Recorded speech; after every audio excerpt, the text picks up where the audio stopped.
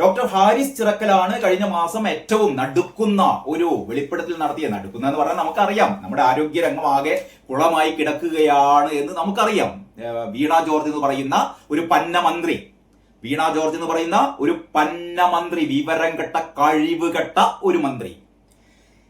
ഈ മന്ത്രിക്ക് ഒന്നും അറിയില്ല, ഒന്നും അറിയാത്തൊരു മന്ത്രി. ആകെ പറയാ കപ്പിത്താൻ, ഞങ്ങളുടെ കപ്പൽ മുങ്ങിത്താഴുകയില്ല സാർ, അതിൽ കപ്പിത്താനുണ്ട്, കാരണഭൂതമെന്ന കപ്പിത്താനുള്ള കപ്പൽ മുങ്ങിത്താഴുകയില്ല സാർ. താണുകൊണ്ടിരിക്കുകയാണ് കപ്പൽ. എപ്പൊ മുങ്ങുന്ന് ചോദിച്ചാ മതി. അപ്പൊ ഇങ്ങനെ സ്തുതി വാഴ്ത്തുപാട്ട് പാടാനേ ഈ വീണമന്ത്രിയാണ് വീണ് കിടക്കുന്ന മന്ത്രിയാണ്. വീണ് കിടന്നിട്ടും പോരാ, വീണ് കിടന്നുരുളുന്ന മന്ത്രിയാണ്. അങ്ങനെ വീണ് കിടന്നുരുളുന്ന മന്ത്രി, ആ മന്ത്രിയുടെ കീഴിലുള്ള ആരോഗ്യവകുപ്പിലെ സ്ഥിതിഗതികളൊക്കെ അതീവ ദയനീയമാണ്, നമുക്കൊക്കെ അറിയാം. പക്ഷെ നമ്മൾ എപ്പോഴും പറയും നമ്പർ വൺ ആരോഗ്യരംഗമാണെന്ന് പറയും, നമ്പർ വൺ ആരോഗ്യരംഗം. പക്ഷെ മുഖ്യമന്ത്രിക്ക് ഒരു അസുഖം വന്നാൽ നേരെ അമേരിക്കയിലേക്ക് പോകും കേട്ടോ. മുഖ്യമന്ത്രിക്ക് ഒരു അസുഖം വന്നാൽ, മറ്റു മന്ത്രിമാർക്ക് അസുഖം വന്നാൽ വേഗം പോകുക അമേരിക്കയിലേക്കാണ്. അമേരിക്ക എന്നിട്ട് കുറ്റം പറയും ചെയ്യും. അമേരിക്കയെ കുറ്റം പറഞ്ഞ് അമേരിക്കയും ട്രംപിനെയും അമേരിക്കയുടെ ലോക പോലീസ് നയത്തെ ഒക്കെ വിമർശിക്കും. പക്ഷെ സൂക്കട് വന്നാൽ ഇവർക്കറിയാം, മാറണമെങ്കിൽ ഇവിടെ പോകണം, അമേരിക്കയിൽ പോകണം. നമ്മൾ നികുതി കൊടുക്കുന്ന നമ്മുടെ പൈസ എടുത്തിട്ട് പോകണം കേട്ടോ. നമ്മളാണ് ഈറ്റിങ്ങളെ അമേരിക്കയിലേക്ക് പറഞ്ഞയക്കുന്നത്. പോട്ടെ, നമ്മളിവിടെ ചികിത്സിക്കാൻ പോയാൽ ബൈസ്റ്റാൻഡർ കെട്ടിടം ഇടിഞ്ഞു വീണ് മരിക്കും. അങ്ങനെയാണല്ലോ ബിന്ദു എന്ന് പറയുന്ന ഒരു പാവം വീട്ടമ്മ മരിച്ചത്. 13 വർഷം മുമ്പ് അപകടാവസ്ഥയിലായിരുന്നു എന്ന് ഈ പറയുന്ന എന്താ പറയാ മണ്ടശിരോമണിയായ ഈ പന്ന മന്ത്രി തന്നെ ഉളുപ്പുമനിയ പത്രക്കാരോട് പറഞ്ഞു. ഉമ്മൻചാണ്ടിയുടെ കാലത്തെ തകരാറിലായിരുന്നു, എന്നിട്ട് വെച്ചതാണ് ഇവിടെ വെച്ച്. എന്താ പറയാ, ഈ ഒരു കൊലക്ക് വേണ്ടിയിട്ട്, അരുങ്കൊലക്ക് വേണ്ടിയിട്ട് അവിടെ ഇങ്ങനെ വീണ ജോർജ് കാത്തു സൂക്ഷിച്ച ഈ കെട്ടിടമാണ് കോട്ടയത്ത് ഇടിഞ്ഞു വീണ് ഒരു പാവം വീട്ടമ്മ മരിച്ചത്. അപ്പൊ ഞാൻ പറഞ്ഞു വരുന്നത് എന്താണെന്ന് വെച്ചാൽ, ഈ തിരുവനന്തപുരം മെഡിക്കൽ കോളേജിൽ യൂറോളജി ഡിപ്പാർട്ട്മെന്റിൽ അവിടെ ശസ്ത്രക്രിയക്ക് ആവശ്യമായ ഉപകരണങ്ങളില്ല എന്ന് ജനകീയനായ ഒരു ഡോക്ടർ, അതാണ് രസം. ഇവിടെ ഈ മെഡിക്കൽ കോളേജിലൊക്കെ ജോലി ചെയ്യുന്ന പൈസ പിടുങ്ങികളായ കൈക്കൂലിക്കാരായ നിരവധി ഡോക്ടർമാരുണ്ട്. അവർക്കൊന്നും പ്രശ്നമല്ല. എന്താണ് പിണറായി വിജയന്റെ ഭരണം എന്ന് പറഞ്ഞാൽ, കൈക്കൂലിക്കാര്, അഴിമതിക്കാര്, ഇവർക്കൊന്നും ഒരു പ്രശ്നമില്ല. നിങ്ങൾക്ക് എന്ത് കൈക്കൂലിയോ എന്ത് തോന്നിവാസമോ ഒക്കെ നടത്തും. തോന്നിവാസത്തിന്റെ കഥകൾ ഒരുപാട് ഉണ്ട് കേട്ടോ. ഇതൊക്കെ നിങ്ങൾക്ക് എന്ത് വേണമെങ്കിലും ചെയ്യാം. പക്ഷേ സത്യസന്ധരായി പ്രവർത്തിക്കുന്ന ഉദ്യോഗസ്ഥന്മാരെ ഇവരെന്ത് ചെയ്യും? ഇവര് അവഹേളിക്കും, അപമാനിക്കും, കൊല്ലും. നവീൻ ബാബുവിന്റെ കഥ നമ്മൾ മറന്നിട്ടില്ലല്ലോ. CPM-ന്റെ നേതാവായ PP ദിവ്യ പരസ്യമായി ഈ സത്യസന്ധനായ ഉദ്യോഗസ്ഥനെ അവഹേളിക്കുന്നു.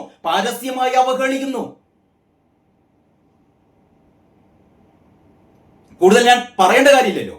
എന്ന് പറഞ്ഞാൽ സത്യസന്ധനായ ഉദ്യോഗസ്ഥന്മാർ എവിടെയുണ്ടോ പാർട്ടി സഖാക്കളെ പറഞ്ഞയച്ച് അവരെ കശാപ്പ് ചെയ്യുക. 51 വെട്ടുവെട്ടി കൊല്ലുന്നതിന് പകരം അവരെ അടച്ചാക്ഷേപിച്ചുകൊണ്ട് അവർക്കെതിരെ ഇല്ലാത്ത കുറ്റങ്ങളൊക്കെ നിരത്തി. അങ്ങനെയാണല്ലോ നവീൻ ബാബുവിനെ കൊന്നത്. ആ നവീൻ ബാബുവിനെ കൊന്നിട്ട് ഉളുപ്പുമനുജത ദിവ്യ എന്ന് പറയുന്ന ഈ രാക്ഷസ രൂപം ഇപ്പോഴും ഈ ആഗസ്റ്റ് 15-ന് പാർട്ടിയുടെ പരിപാടി ഉദ്ഘാടനം ചെയ്യാൻ വേണ്ടി പോവുകയാണ്.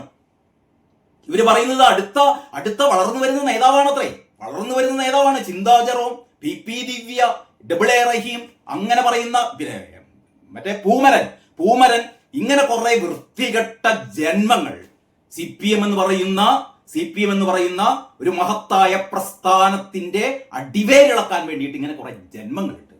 ഇതിൽപ്പെട്ട ഏറ്റവും നികൃഷ്ട മന്ത്രിയാണ് വീണ ജോർജ്. ഇതിൽ ആർക്കും അഭിപ്രായ വ്യത്യാസം ഒന്നും ഉണ്ടാവും തോന്നില്ല. കാരണം ഇങ്ങനെ പന്ന മന്ത്രി, ഈ മന്ത്രി ചെയ്ത ഏറ്റവും വലിയ പാതകം എന്ന് പറഞ്ഞാൽ, ഏറ്റവും സത്യസന്ധനായ ഉദ്യോഗസ്ഥനെ ഡോക്ടർ ഹാരിസ് ചിറക്കലിനെ നിങ്ങൾ ആലോചിക്കണം. ഹാരിസ് ചിറക്കലിന്റെ ബൈറ്റുകളൊക്കെ നിങ്ങൾ TV-യിൽ ഒരുപാട് കണ്ടതാണല്ലോ.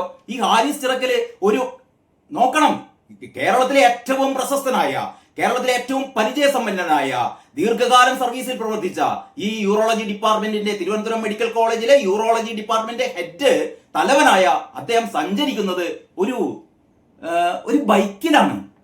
ഒരു ഇരുചക്ര വാഹനത്തിൽ സഞ്ചരിക്കുന്ന ഒരു ഡോക്ടറെ നിങ്ങൾക്ക് എവിടെയൊക്കെ കാണാൻ പറ്റും എന്ന് പറഞ്ഞാൽ ഇതിൽ നിന്ന് തന്നെ വ്യക്തമാണ് ഈ മനുഷ്യന്റെ പ്രതിബദ്ധത എന്ന് പറഞ്ഞാൽ.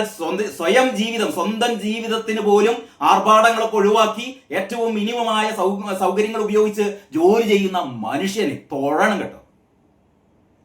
എന്നിട്ട് ഈ മനുഷ്യൻ സത്യസന്ധമായി പറഞ്ഞു.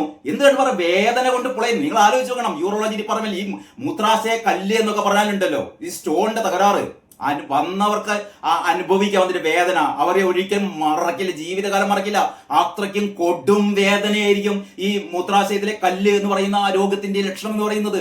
ഇങ്ങനെ വേദന കൊണ്ട് പുളയുന്ന രോഗികളെ ഈ ഡോക്ടറെ അടുത്ത് വരുമ്പോൾ ഡോക്ടർ എന്താ പറയാ അറിയോ, 2 മാസം കഴിഞ്ഞ് വരൂ, ഇവിടെ ശസ്ത്രക്രിയ ഉപകരണങ്ങളൊന്നും ഇല്ല എന്ന് പറയേണ്ട ഒരു ഗതി ഒരു ഡോക്ടർക്ക് വരിക എന്ന് പറഞ്ഞാൽ, പലപ്പോഴും ഡോക്ടർമാർ അവിടെ ചെയ്യുന്നത് അവരുടെ കയ്യിൽ നിന്ന് കാശ് മുടക്കിയിട്ട് ചില ഉപകരണങ്ങളൊക്കെ വാങ്ങി വെക്കത്രേ ശസ്ത്രക്രിയ ചെയ്യാൻ വേണ്ടിയിട്ട്.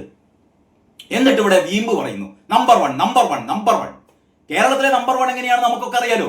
എന്ന് പറഞ്ഞാൽ കേരളത്തിലെ ഒരു 25% ആളുകൾ മാത്രമേ, ഒരു ഗതിയും പരഗതിയും ഇല്ലാത്ത ആളുകൾ മാത്രമേ മെഡിക്കൽ കോളേജ് ആശുപത്രിയിലും അല്ലെങ്കിൽ ഈ സർക്കാർ ആശുപത്രികളിലും സർക്കാർ പ്രാഥമിക ചികിത്സാ കേന്ദ്രങ്ങളിലൊക്കെ ചികിത്സിക്കാൻ ചെല്ലുന്നുള്ളൂ. ഇവിടുത്തെ ഒരു ചെറിയ ജലദോഷമോ പനിയോ വന്നാൽ പോലും ഇവിടുത്തെ ആളുകള് ഇവിടുത്തെ സ്വകാര്യ ആശുപത്രിയാണ് പോകുന്നത്. കാരണം ഇത് മന്ത്രി സജി ചെറിയാൻ തന്നെ പറഞ്ഞല്ലോ, രോഗം മാറണമെങ്കിൽ സ്വകാര്യ ആശുപത്രിയിൽ പോകണമെന്ന് മന്ത്രി സജി ചെറിയാൻ തന്നെ ഇവിടെ സാക്ഷ്യം നൽകിയിട്ടുണ്ട്. എന്ന് പറഞ്ഞാൽ സർക്കാർ ആശുപത്രിയിൽ പോയാൽ നിങ്ങൾ മടങ്ങി വരും എന്നുള്ള ഇനി ഒരു ഗ്യാരണ്ടിയും ഇല്ല. ബൈസ്റ്റാൻഡർമാർ വരെ അവിടെ കൊല്ലപ്പെടും. അങ്ങനത്തെ ഒരു അവസ്ഥ മന്ത്രി തന്നെ പറഞ്ഞതാണ്. അപ്പം നമ്മുടെ ഹാരിസ് ചിറക്കലിനെ ഈ ശസ്ത്രക്രിയാ ഉപകരണങ്ങൾ ഇല്ല എന്ന് തുറന്നു പറഞ്ഞതിന്റെ പേരിൽ കഴിഞ്ഞ ദിവസം ആരോഗ്യമന്ത്രി ഇയാളെ കള്ളനാക്കി. PP ദിവ്യ ഏത് പ്രകാരമാണോ നവീൻ ബാബുവിനെ കള്ളനാക്കിയത്, ആ നവീൻ ബാബു ആത്മഹത്യ ചെയ്യുന്നു. അതേപോലെ PP ദിവ്യയെ ഇപ്പൊ വാഴ്ത്തുകയാണല്ലോ. അപ്പൊ വീണക്കും തോന്നി എന്നാ പിന്നെ PP ദിവ്യയുടെ ആ സ്റ്റൈൽ ഒന്ന് പരീക്ഷിച്ചാലോ. അങ്ങനെ ഏറ്റവും സത്യസന്ധനായ ഉദ്യോഗസ്ഥനെ തെരഞ്ഞെടുക്കുന്നു. ഏറ്റവും സത്യസന്ധനായ ഡോക്ടറായ ഡോക്ടർ ഹാരിസ് ചിറക്കൽ ഇങ്ങനെ ഒരു കാര്യം പറഞ്ഞപ്പോൾ പത്രക്കാരോട് കഴിഞ്ഞ 2-3 ദിവസം മുമ്പ് ഈ പറയുന്ന വീണമന്ത്രി പറഞ്ഞത് അവിടെ ഒരു 20 ലക്ഷത്തിന്റെ ഒരു ശസ്ത്രക്രിയാ ഉപകരണം ഉണ്ടായിരുന്നു, അത് കാണാനില്ല. 20 ലക്ഷത്തിന്റെ ഒരു ശസ്ത്രക്രിയാ ഉപകരണം ഉണ്ടായിരുന്നത് കാണാനില്ല. ഈ ഡോക്ടർക്കെതിരെ അന്വേഷണം നടത്തി ഒരു വിദഗ്ധ സമിതിയെ കൊണ്ട് അന്വേഷിപ്പിച്ച് ആ വിദഗ്ധ സമിതിയുടെ റിപ്പോർട്ട് എന്താണെന്ന് നമ്മൾ അറിയില്ല. അതിന്റെ ഓരോരോ ഭാഗങ്ങൾ ഇപ്പോൾ വന്നുകൊണ്ടിരിക്കുന്നു. ആ വിദഗ്ധ സമിതിയുടെ റിപ്പോർട്ട് പ്രകാരം ഈ ഡോക്ടർക്കെതിരെ ഡിപ്പാർട്ട്മെന്റൽ തല നടപടിക്ക് വേണ്ടിയിട്ട് കാരണം കാണിക്കൽ നോട്ടീസൊക്കെ അയച്ചതിന്റെ പശ്ചാത്തലത്തിലാണ് പറയുന്നത് ഇവൻ ചില്ലറക്കാരനല്ല, ഇവൻ മോഷ്ടാവാണ്, ഇവൻ കള്ളനാണ് എന്ന് വീണമന്ത്രി പറയുകയാണ് കേട്ടോ. ഡോക്ടർ പറഞ്ഞു, ഇതിനുശേഷം ഡോക്ടറോട് പത്രക്കാർ ചോദിച്ചപ്പോൾ ഡോക്ടർ പറഞ്ഞു ഈ 20 ലക്ഷത്തിന്റെ അല്ല, ആ ഉപകരണത്തിന് 14 ലക്ഷമാണ് വില. അപ്പൊ വീണമന്ത്രി എന്നാണ്ട് തള്ളിയതാണ്. 14 ലക്ഷത്തിന്റെ എന്ന് പറയുന്നത് 20 ലക്ഷം കിടക്കട്ടെ, 20 ലക്ഷം നാണ്ട് കിടക്കട്ടെ. ഡോക്ടറെ, ഈ ഡോക്ടർ പിന്നെ ഈ മിണ്ടാൻ പാടില്ല. ഈ ഡോക്ടർ മാത്രമല്ല, ഈ സർവീസിന്റെ ഡിപ്പാർട്ട്മെന്റിലെ ഓരോ ഡോക്ടർമാരും ഇവിടെ മരുന്നില്ലെങ്കിലും ചികിത്സിക്കാൻ ഉപകരണങ്ങളില്ലെങ്കിലും മിണ്ടരുത്.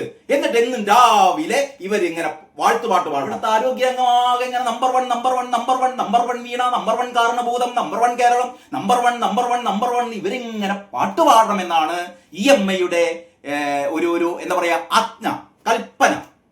അത് തെറ്റിച്ചു ആര്? ഡോക്ടർ ഹാരിസ് ചിറക്കൽ സത്യം വിളിച്ചു പറഞ്ഞു.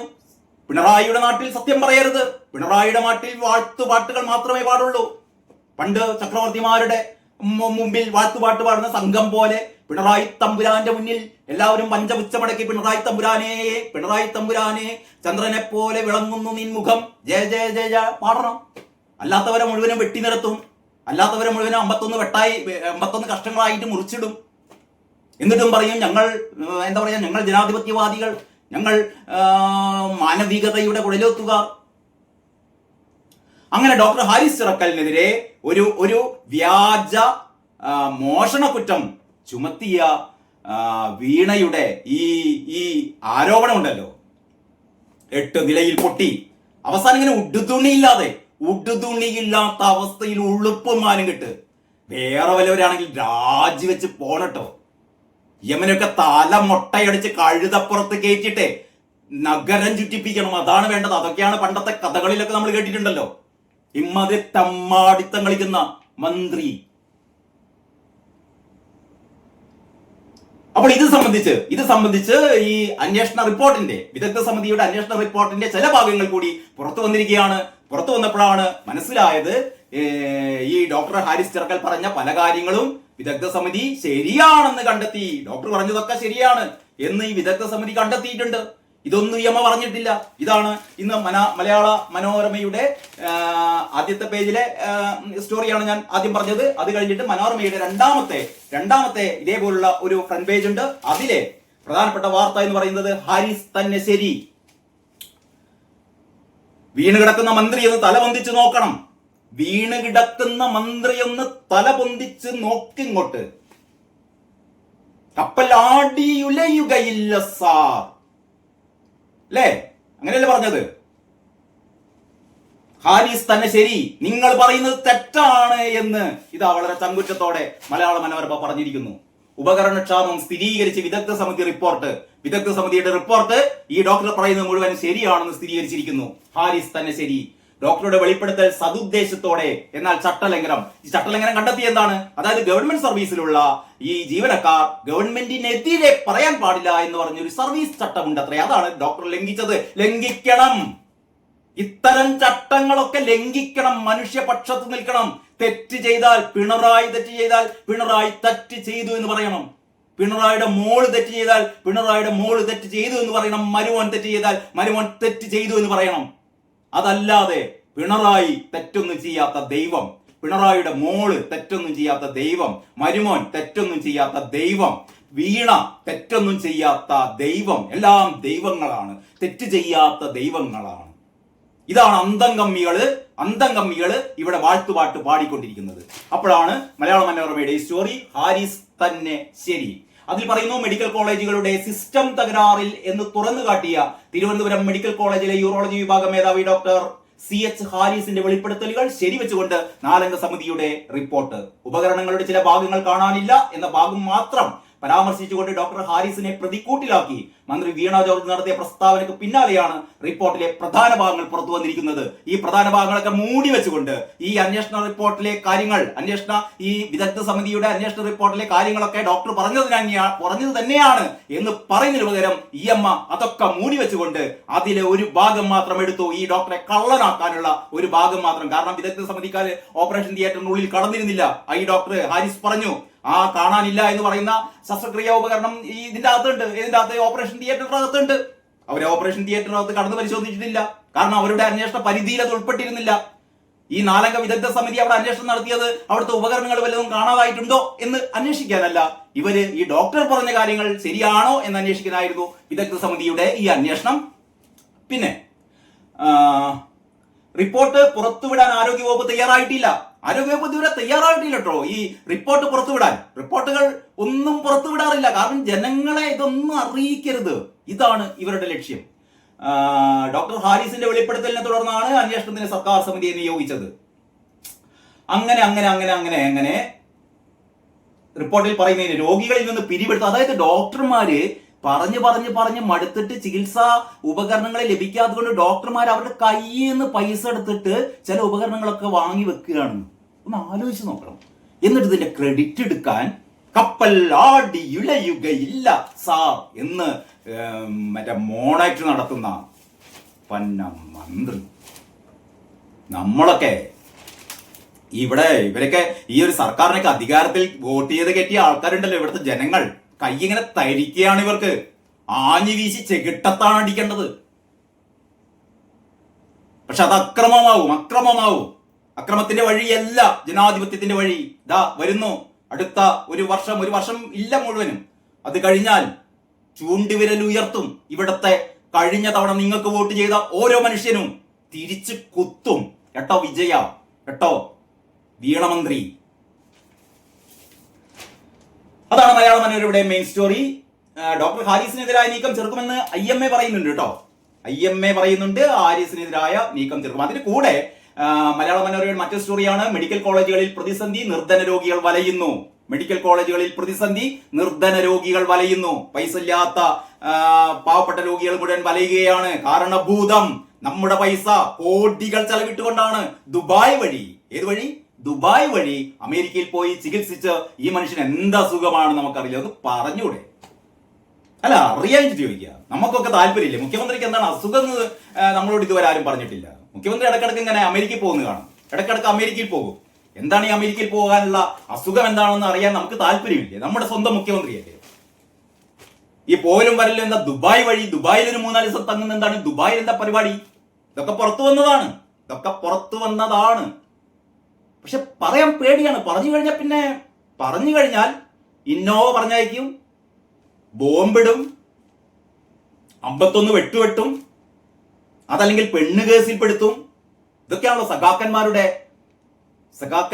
ഹോബികൾ. ഇതിനോടനുബന്ധിച്ച് പറയേണ്ട ഒരു വാർത്ത കൂടി ഉണ്ട്, അത് ഞാൻ പറയാം. ഞാൻ ഇപ്പൊ പറഞ്ഞുകൊണ്ട് വന്നത്, മെഡിക്കൽ കോളേജുകളിൽ പ്രതിസന്ധി, നിർധന രോഗികൾ വലയുന്നു. സർക്കാർ മെഡിക്കൽ കോളേജുകളിൽ ശസ്ത്രക്രിയാ ഉപകരണങ്ങൾക്കും ഇംപ്ലാന്റുകൾക്കും കടുത്ത ക്ഷാമം. കോടിക്കണക്കിന് രൂപ കുടിശ്ശികയായതോടെ കമ്പനികൾ വിതരണം നിർത്തിയതാണ്. പ്രതിസന്ധിക്ക് കാരണം സാധാരണക്കാരായ രോഗികളെയാണ് ഇത് ഏറ്റവും കൂടുതൽ ദുരിതത്തിലാക്കിയിരിക്കുന്നത്. ഓരോ മെഡിക്കൽ കോളേജിലും എത്ര കോടികളാണ് ഈ പറയുന്ന മരുന്ന് വിതരണക്കാർക്ക് കൊടുക്കാനുള്ളത്, അല്ലെങ്കിൽ ശസ്ത്രക്രിയാ ഉപകരണങ്ങൾ നൽകുന്നവർക്ക് എത്ര കോടികൾ കൊടുക്കാനുണ്ട് എന്നുള്ളതിന്റെ വളരെ വിശദമായ റിപ്പോർട്ടാണ് മലയാള മനോരമ നൽകിയിരിക്കുന്നത്. ഇത് മലയാള മനോരമ മാത്രമല്ല, എല്ലാ പത്രങ്ങളും കഴിഞ്ഞ കുറെ മാസങ്ങളായി ഈ വിവിധ മെഡിക്കൽ കോളേജുകളിൽ മരുന്നില്ല, ശസ്ത്രക്രിയാ ഉപകരണങ്ങളില്ല, ഇതൊന്നുമില്ല. കാരണം വിതരണക്കാർ എത്തിക്കുന്നില്ല. കാരണം വിതരണക്കാർക്ക് കോടികളാണ് കൊടുക്കാൻ ബാക്കി കിടക്കുന്നത്. കർഷകർക്ക് കൊടുക്കുന്നില്ല. കർഷകർക്ക് നെല്ലിന്റെ പൈസ കൊടുക്കുന്നില്ല. ഈ നാളികേര സംഭരണത്തിന്റെ പൈസ കൊടുക്കുന്നില്ല. ഗവൺമെന്റ് ജീവനക്കാർക്ക് DA കൊടുക്കുന്നില്ല. ഉച്ചക്കഞ്ഞി വെക്കുന്നവർക്ക് ശമ്പളം കൊടുക്കുന്നില്ല. ക്ഷേമ പെൻഷൻ 1600 രൂപ ക്ഷേമ പെൻഷൻ പോലും ഇപ്പോഴും 3 മാസം ബാക്കിയാണ് കൊടുക്കാൻ. എന്നിട്ടും പറയുന്നു ജനങ്ങളുടെ കണ്ണിലുണ്ണി സർക്കാർ ഉണ്ടയാണ്.